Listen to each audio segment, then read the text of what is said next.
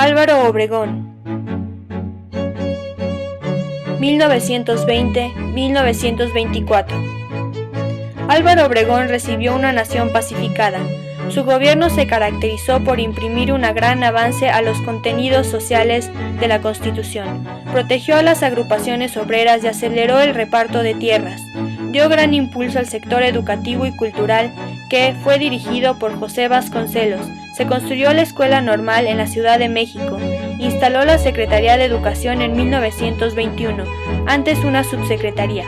Vasconcelos impulsó la educación técnica y la enseñanza industrial y comercial, enseñando en alto nivel artes y oficios industriales. Se desarrollaron las artes populares y la pintura mural con Roberto Montenegro, Diego Rivera, José Clemente Orozco y David Alfaro Siqueiros. El gobierno de Obregón fue reconocido por los Estados Unidos por el Convenio de la Huerta-Lamont. También se firmaron los Tratados de Bucareli, que consistían en no aplicar el artículo 27 a los norteamericanos, de modo que los petroleros no se les molestaría. Obregón fue el último de los caudillos de la Revolución. Sometió y aprobó el asesinato de Francisco Villa en Parral, Chihuahua. Al llegar el último periodo, decidió que fuera su paisano el general Plutarco Elías Calles quien le sucediera al frente del Poder Ejecutivo. Esto provocó que surgieran en noviembre de 1923 un movimiento rebelde encabezado por Adolfo de la Huerta, quien ostentaba el poder. En marzo de 1924 el levantamiento de la Huerta había terminado en derrota. Plutarco Elías Calles, 1924-1928. Durante su gobierno se organizó la hacienda pública, se fundó el Banco de México y el Crédito Agrícola, se fomentó la construcción de carreteras y presas.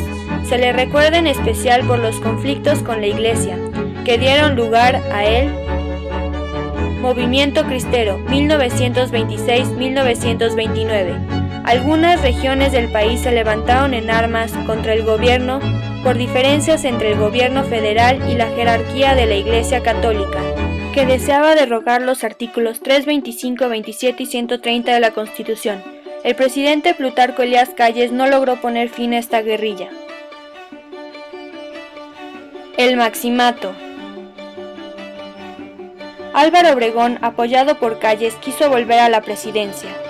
La Constitución fue reformada para hacer posible la reelección, pero no faltó quienes se opusieron. Una intensa campaña se desató en contra de Obregón, pero el gobierno de Calles se mostró inflexible y fueron asesinados. Obregón, sin tener competencia, fue elegido presidente, pero no pudo tomar posesión ya que fue asesinado por José León Toral en julio de 1928. Con la muerte de Obregón pasaron 3 presidentes: Emilio Portes Gil, Pascual Ortiz Rubio y Abelardo L. Rodríguez, todos ellos impuestos por Plutarco Elías Calles. El Maximato generó una crisis que aumentó por el crack del 29 en la Bolsa de Valores de Nueva York, ya que la mayoría de las importaciones y exportaciones venían y se dirigían a Estados Unidos. Emilio Portes Gil, 1928-1930. En 1929 llega a unos arreglos con los obispos para dar fin a la guerra cristera y reanuda los cultos. Dio origen a la Ley del Trabajo. En 1929 inició una nueva revuelta encabezada por Gonzalo Escobar y otros, por el cual desconocían el gobierno de Portes Gil, y se convocaba a los mexicanos a alzarse contra la intervención de Calles en el gobierno. El gobierno vence a la rebelión. Calles decidió que la única manera de evitar las divisiones al terminar de cada periodo presidencial era fundar un partido político. Así nace el PNR, Partido Nacional Revolucionario. El PNR se forma como unión de varios partidos locales. Desde un principio, Calles controló todos los hilos del nuevo organismo. El PNR nunca contó con la independencia propia, pues su financiamiento original lo hizo el gobierno de Emilio Portes Gil. El PNR postuló a Pascual Ortiz Rubio, en contra tuvo a José Vasconcelos, postulado por el Partido Nacional Antirreeleccionista. De modo forzado, el gobierno concedió la autonomía a la Universidad Nacional de México con Ignacio García Telles como primer rector. A Vasconcelos se le presentaron varias dificultades como estudiantes asesinados o aprendidos. Así, Pascual Ortiz Rubio triunfa y Vasconcelos tuvo que salir del país. Pascual Ortiz Rubio, 1930-1932.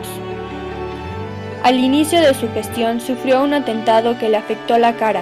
Se promulgó la Ley Federal del Trabajo, la Ley de Crédito Agrícola, para ejidarios y agricultores en pequeño. También se expidió el Código Penal y el Código de Procedimientos Penales. Su gabinete no era estable debido a la presión de Calles. En septiembre de 1932, no queriendo resistir más a las influencias de Calles, presentó su renuncia. Entra como presidente provisional Abelardo L. Rodríguez. 1932-1934. Amplió el periodo presidencial a 6 años, creando el Plan Sexenal. Funda el Departamento Agrario y expide la Ley de Salario Mínimo. Estabiliza la moneda e inicia el auge comercial e industrial. Lázaro Cárdenas, próximo candidato del PNR, aunque no tenía contrincantes, efectuó una gira por todo el país para dar a conocer sus propósitos. Lázaro Cárdenas, 1834-1940. Se le consideraba elegido por la voluntad de Calles.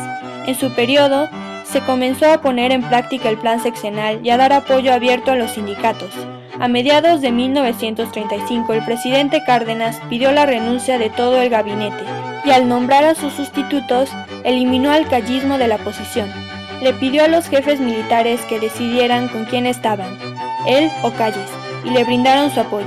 En abril de 1933 se expulsa a Calles tras haber sido acusado de acopio de armas y fue forzado a vivir en el extranjero.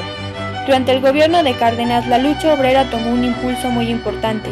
Fue la edad de oro del sindicalismo.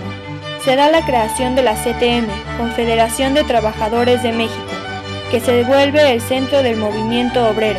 También se crea la CNC, Confederación Nacional Campesina, que sirvió para unificar a los campesinos. Estas dos confederaciones quedaron subordinadas a los intereses presidenciales.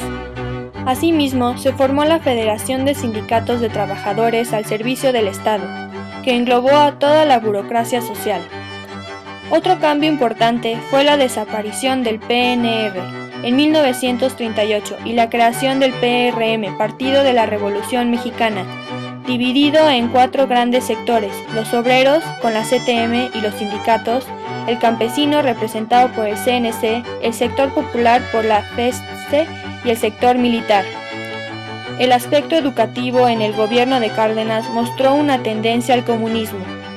Cárdenas necesitaba modificar el artículo 3. Con esta modificación, de acuerdo con las predicaciones socialistas, se trató de cambiar las mentes de los niños y jóvenes hacia las ideas marxistas. El más serio problema de administración de Cárdenas fue el conflicto con las compañías petroleras. En 1937 estalla una huelga de trabajadores petroleros exigiendo aumento de salario. El Estado aprueba, pero el aumento era inferior al solicitado, por lo que se negaron y acudieron a la Suprema Corte de Justicia por un amparo. Cárdenas, de manera inesperada, se decide a decretar la expropiación de las empresas petroleras norteamericanas y anglo-holandesas en marzo de 1938. Estados Unidos exigió el pago inmediato de lo expropiado y se les pagaría como indicaba la ley de la expropiación. En poco tiempo, Petróleos Mexicanos Pemex se transformó en la empresa más importante del país. Otras cosas importantes hechas en el sexenio fueron la repartición de 18 millones de hectáreas a los campesinos.